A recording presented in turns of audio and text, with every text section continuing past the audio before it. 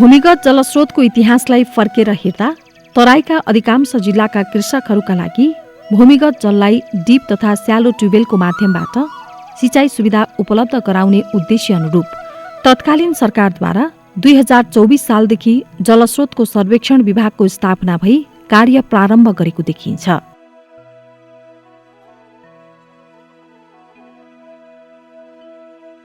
उक्त कार्यलाई अझै विकसित बनाउन 2031 सालमा भूमिगत जलस्रोत विकास परियोजनालाई भूमिगत जलस्रोत विकास समितिको मातहतमा रहने गरी परिमार्जन गरिएको थियो। उक्त कार्यबाट जमिनको सतहभन्दा मुनि रहेको पानीको स्रोतलाई समायोजित विकास गरी सुक्खाग्रस्त तथा अन्य सिँचाइका स्रोत नभएका र आकाशे पानीको भरमा वर्षको एक बालीमा मात्रै गुजारा गरिरहेका कृषकहरूलाई डिप तथा स्यालो ट्युबवेलको माध्यमबाट 12 महिना सिँचाइको प्रत्याभूति दिई वर्षको 3 बाली लगायत अन्य नगदे बाली लगाउन विशेष सहयोग पुगेको छ।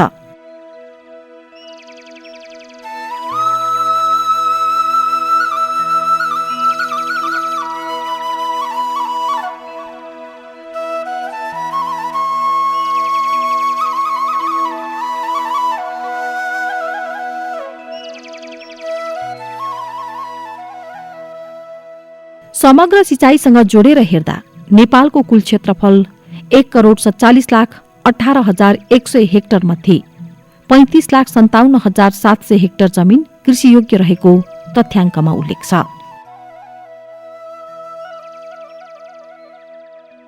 विकट भौगोलिक बनावट तथा जमिनको स्थितिका कारण उक्त कृषियोग्य जमिनमध्ये 25,36,319 हेक्टर जमिनमा मात्रै परम्परागत सतह र भूमिगत जलस्रोतको माध्यमबाट सिँचाइ सुविधा उपलब्ध गराउन सकिने अवस्था विद्यमान छ।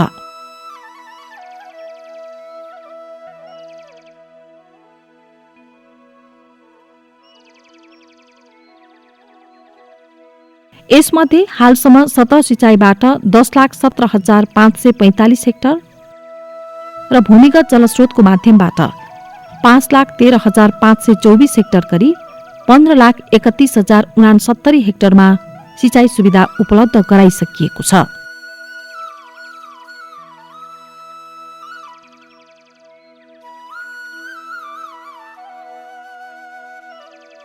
यिनै कार्यलाई निरन्तरता दिने उद्देश्य अनुरूप नेपाल सरकार कार्य विभाजन नियमावली 2072 अनुसार सरकारको कार्य विभाजन र मन्त्रालयहरूको गठन विघटन र संगठन संरचना हेरफेर गर्ने क्रममा 2072 मा नेपालको संविधान जारी भएपछि नेपालमा संघीयता शासनको थालनी सुरु गरे पश्चात बागमती प्रदेशको मकवानपुरमा रहने गरी खानेपानी तथा ऊर्जा मन्त्रालयको स्थापना गरियो।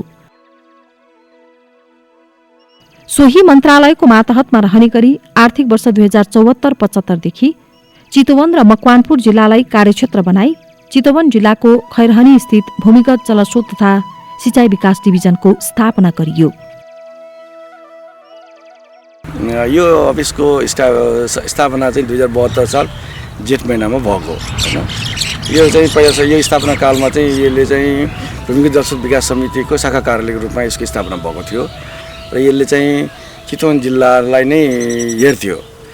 जब चाहिँ यो नेपाल संघीय संरचनामा गयो तब यसले चाहिँ 74-75 देखि चाहिँ चितवनको अलावा मकवानपुर पनि हेर्छ।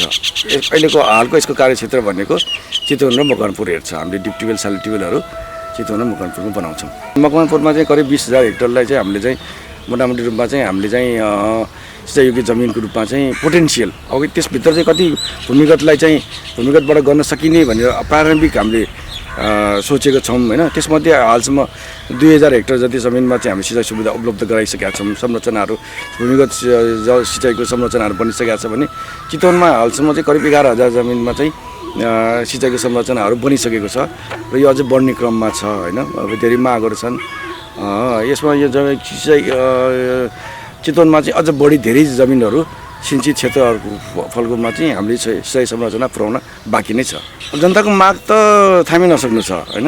धेरै नै अझ अब अहिले चाहिँ अहिले जहाँ पनि यो मकवानपुरमा हामी नयाँ सुरु गरेको ठाउँबाट अब यो के भन्छ बकैया भने जहाँ चाहिँ यो धेरै नै टाढा ठाउँमा त्यहाँबाट पनि माग आइरहेछ।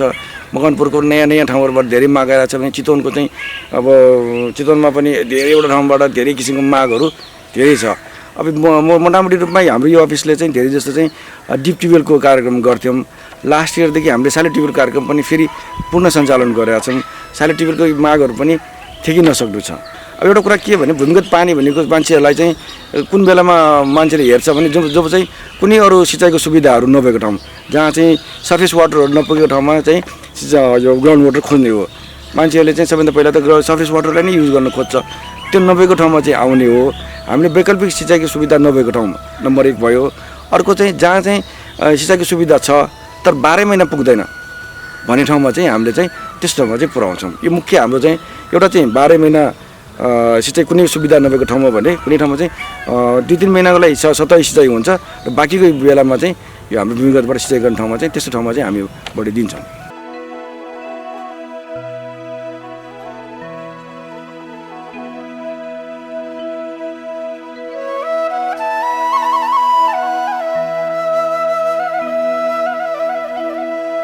पानीकै अभावमा केरा खेती गरेर मात्रै गुजारा टार्नुपर्ने कालिका नगरपालिका वडा नम्बर 4 पदमपुरका स्थानीय कृषकहरूका लागि भूमिगत जलस्रोत तथा सिँचाइ विकास डिभिजनले डिप ट्युबवेल जडान गरिदिएपछि त्यहाँका स्थानीय कृषकहरूले आफूले चाहे अनुसारको विभिन्न जात जातिको बाली लगाई आय आर्जनमा समेत टेवा पुर्याउन थालेको देखिन्छ।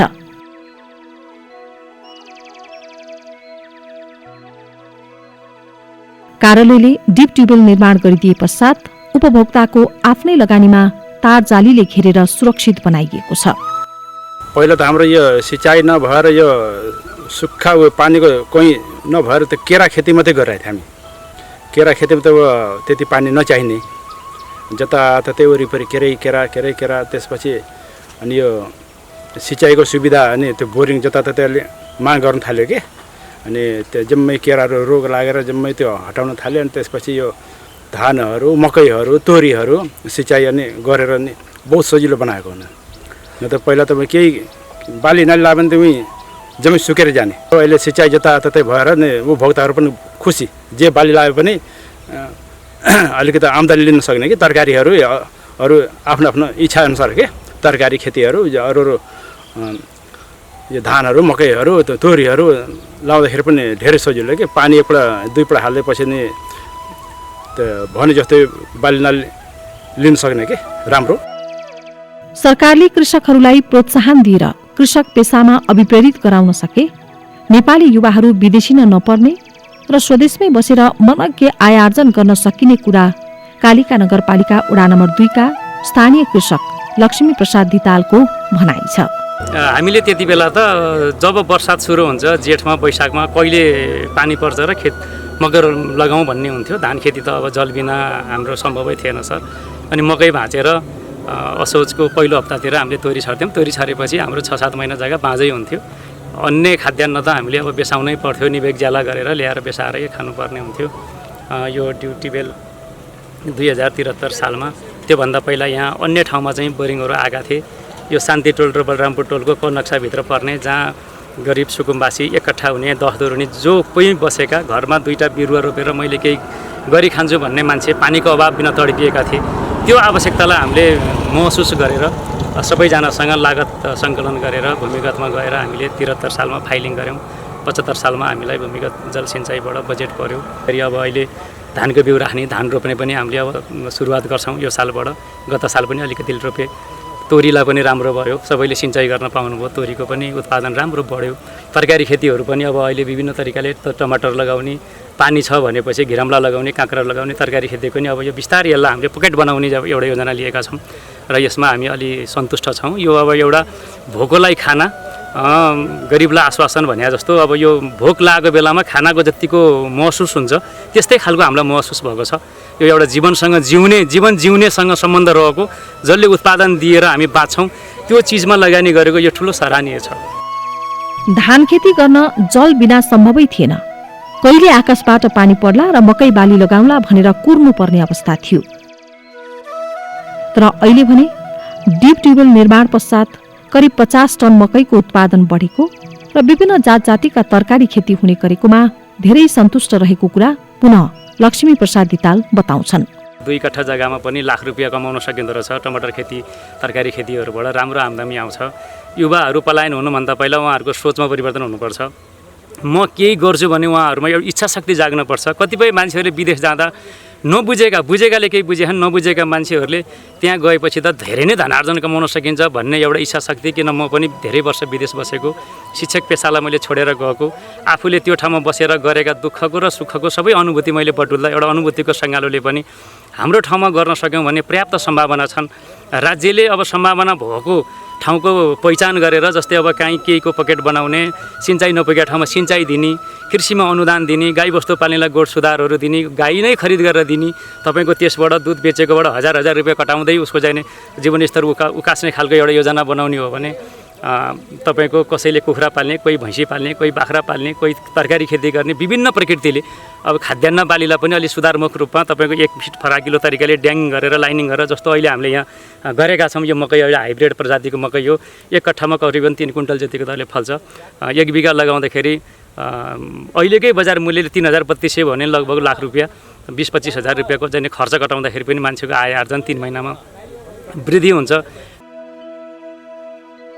आकाशबाट पानी नपर्नु र कुलोमा समेत एक थोपा पानी नबग्ने भएकोले अधिकांश समय सुक्खा तथा बाँझै रहने गरेको खेतीयोग्य जमिन राप्ती नगरपालिका साथ सिरकोट स्थित निर्माण भएको डिप ट्युबवेलद्वारा हाल करिब 60 बिघासम्म सिँचाइ गर्दै आएका छन् स्थानीय कृषकहरूले।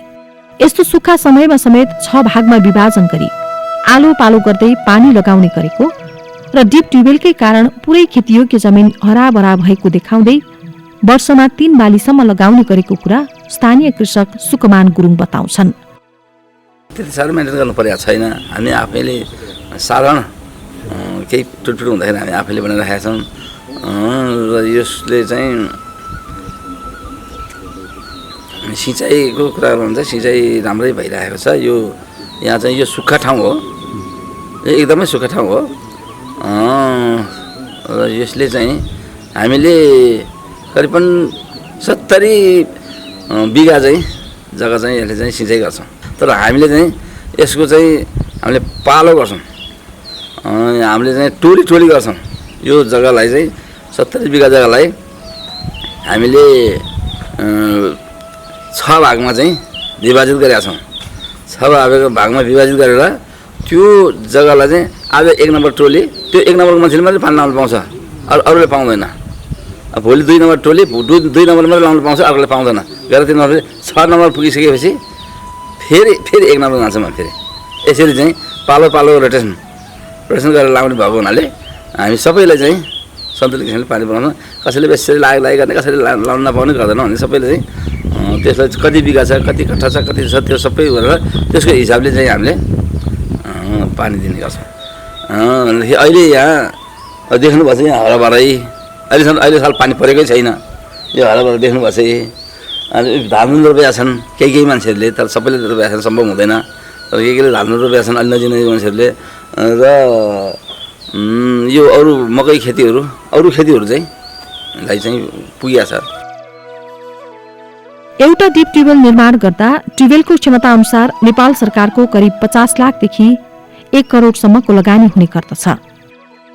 उपभोक्ताहरूको अपनत्व कायम राख्ने उद्देश्य अनुरूप 3 देखि 5% सम्म नगद तथा श्रमदान गराइन्छ।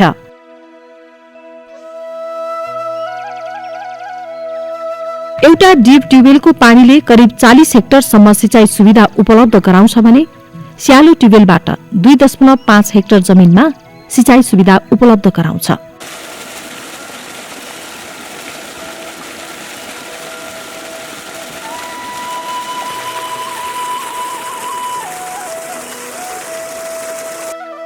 स्थानीय तहको सिफारिस सहित उपभोक्ताहरूको माग बमोजिम उपयुक्त स्थान छनौट गरी डिप तथा स्यालो ट्युबवेल वितरण गरिने कुरा हाइड्रोजियोलोजिस्ट केशव जैसी बताउँछन्। सिँचाइ नीति अनुसार डिप ट्युबवेल, स्यालो ट्युबवेल चाहिँ अब सिँचाइको व्यवस्था, वैकल्पिक व्यवस्था नभएको र भए पनि वर्षैभरि त्यसबाट चाहिँ सिँचाइ नहुने ठाउँमा चाहिँ हामीले डिप अथवा स्यालो ट्युबवेल प्राविधिक रूपमा कुन चाहिँ उपयुक्त छ त्यसलाई चाहिँ हामीले गरेर सिँचाइ सुविधा उपलब्ध गराउने भनेको नीति अनुसारै हाम्रो कार्यालयले काम गर्छ। त्यसमा चाहिँ अब पहिला त हामीले अब स्यालो ट्युबवेल फिजिबिलिटी छ, स्यालो ट्युबवेल त्यो ठाउँमा हुन्छ, उपयुक्त हुन्छ भने चाहिँ हामीले स्यालो ट्युबवेललाई नै उ गर्छौँ, प्रायोरिटीमा राखेर चाहिँ त्यसको त्यही अनुसारको काम अगाडि बढाउँछौँ भने स्यालो ट्युबवेलमा पानी आउँदैन र अलिकति धेरै कमान्ड एरियामा सिँचाइ गर्नुपर्ने छ भने चाहिँ हामीले त्यसमा डिप ट्युबवेलको योजना बनाउँछौँ। त्यसमा चाहिँ सुरुमा चाहिँ अब उपभोक्ताहरूको माग फारमै आउँछ कार्यालयमा, उहाँहरूले चाहिँ एक किसिमको समिति गठन गरेर एउटा जल उपभोक्ता समिति भन्छौँ हामीले त्यसलाई, समिति गठन गरेर कार्यालयमा माग गर्न आउनुहुन्छ। अब स्थानीय तहको सिफारिससहित माग गर्न आइसकेपछि हामीले चाहिँ त्यो ठाउँ अब उहाँहरूले माग गरे तापनि फेरि त्यो ठाउँमा चाहिँ अब फिजिबल छ कि छैन, अब ट्युबवेलबाट पानी आउँछ कि आउँदैन, हामीले आफ्नो चाहिँ अब प्राविधिक ज्ञान र सिप प्रयोग गरेर त्यसलाई चाहिँ हामीले कन्फर्म गर्छौँ। त्यसमा हामीले चाहिँ अब अलिकति पहिल्यै पनि त्यो ठाउँमा ट्युबवेलहरू भएको छ, त्यो ठाउँ आउँछ भने हामीलाई हाम्रो कार्यालयको डेटामा रेकर्डमा प्राविधिक त्यस्तो केही डकुमेन्ट छ भने चाहिँ हामीले अब त्यो ठाउँको त्यही मागको आधारमा हामीले चाहिँ अगाडि प्रोसेस बढाउँछौँ। यदि त्यो हिसाबमा चाहिँ अब अलिक देखिएन भने चाहिँ हामीले अरू भूभौतिक सर्वेहरू अब त्यसलाई चाहिँ हामीले जियोफिजिकल सर्वे भन्छौँ, अरू चाहिँ अब जियोलोजिकल सर्वेहरू अलिकति भूगर्भिक सर्वेहरू गरेर त्यसलाई कन्फर्म गरेर पानी आउने चाहिँ अब डिप ट्युबवेलबाट पानी आउने चाहिँ त्यहाँ अब छ सम्भावना भन्ने चाहिँ त्यसलाई हामीले प्रोजेक्ट रूपमा अगाडि बढाएर अनि हामीले चाहिँ बजेट ल्याएर त्यसपछि हामीले चाहिँ अगाडि बढाउँछौँ त्यसलाई। डिप ट्युबवेलको हकमा चाहिँ हाम्रो चाहिँ अब अलिक धेरै पानी आउने छ, अब डिस्चार्ज धेरै हुने छ भने चाहिँ कमान्ड अलिक धेरै हुन्छ, 20 हेक्टर 30 हेक्टर 40 हेक्टरको ठाउँमा 50 हेक्टरसम्म पनि छ होइन। अब त्यसमा पनि हामीले कुनै ठाउँमा फेरि अब क्लस्टर गरेर 4-5वटा अब 8-10वटा डिप ट्युबवेल बनाएर पनि 300-400 हेक्टरको प्रोजेक्टहरू पनि हामीले बनाएको छौँ। अब स्यालो ट्युबवेलको हकमा चाहिँ 2.5 हेक्टर हो होइन, त्यसको चाहिँ अब लगभग 5 लिटरदेखि 10 लिटर प्रति सेकेन्ड पानी आउँछ चितवनको केसमा, र त्यसमा चाहिँ हामीले 2.5 हेक्टर 2.5 हेक्टर चाहिँ त्यसले सिँचाइ गर्छ। हामीले स्यालो ट्युबवेललाई प्रायोरिटीमा राख्छौँ भन्नुको कारण के भने यदि सम्भव छ भने स्यालो ट्युबवेलमा चाहिँ कस्ट एकदम कम हुन्छ, हामीले स्यालो एक फेरि माथिकै पानी ल्याउँछौँ, रिचार्ज पनि हरेक वर्ष त्यो रिचार्ज पनि हुन्छ होइन। त्यो हिसाबले चाहिँ हामीले स्यालो ट्युबवेलको चाहिँ लागत पनि कम हुन्छ, अब 50,000देखि 1 लाखसम्म मात्रै स्यालो ट्युबवेलको कस्ट छ भने डिप ट्युबवेलमा चाहिँ ठाउँ हेरिकन कति गहिराइ गर्नु पऱ्यो, कस्तो किसिमको त्यहाँ अब त्यो इलेक्ट्रोमेकानिकल चिजहरू हुन्छ होइन, जस्तो ट्रान्सफर्मर हुन्छ, अब समर्सिबल पम्पहरू हुन्छ होइन, अब कति धेरै डिस्चार्ज आयो भने त्यो अब इलेक्ट्रोमेकानिकल उहरूको पनि धेरै पावरको लाग्छ, कस्ट पनि बढ्दै जान्छ। मिनिमम 50 लाखदेखि म्याक्सिमम 1 करोडसम्म एउटा युनिटको चाहिँ एउटा डिप ट्युबवेल युनिटको चाहिँ लागत लाग्छ।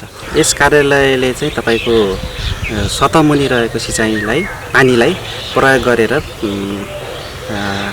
सिँचाइ गर्ने कार्य गर्दछ।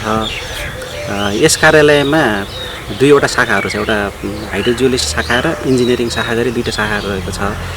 म चाहिँ इन्जिनियरिङ शाखामा कार्यरत छु।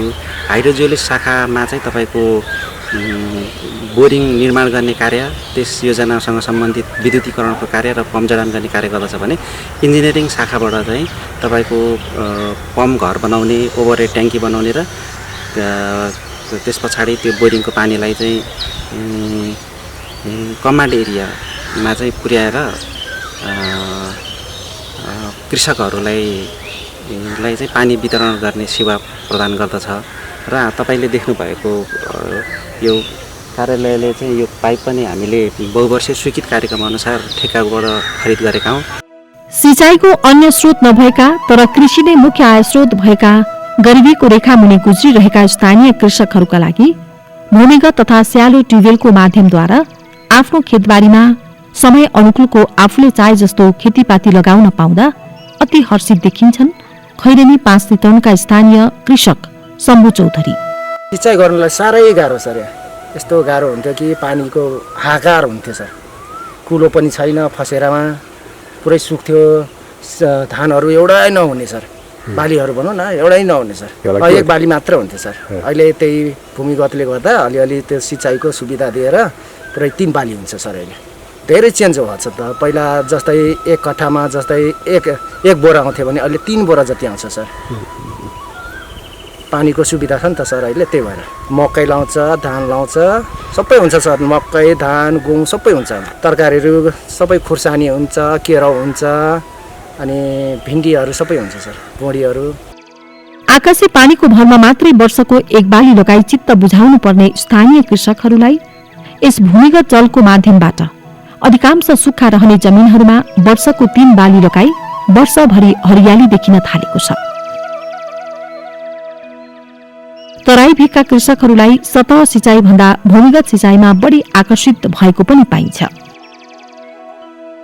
भूमिगत जलस्रोत तथा सिंचाई विकास डिभिजन चितवनद्वारा यस्ता किसिमका कार्यक्रमका कारण कृषियोग्य भूमिको उचित प्रयोग भई उच्च कृषि उत्पादन समेत हुन सक्ने र कृषकहरूको जीवन स्तरमा सुधार आई राष्ट्रिय स्तरमा नै फाइदा पुग्न सक्ने कुरामा कुनै दुईमत छैन।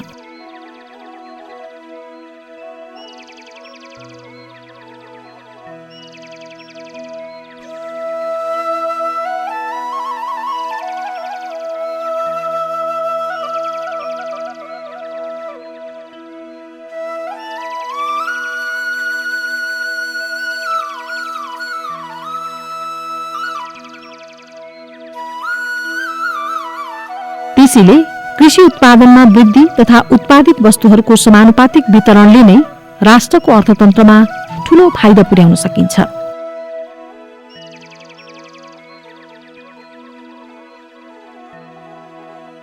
त्यसैले हाम्रो जस्तो कृषि प्रधान देशमा यस्ता भूमिगत जलस्रोत व्यवस्थापनलाई विशेष प्राथमिकतामा राख्नु आवश्यक देखिन्छ।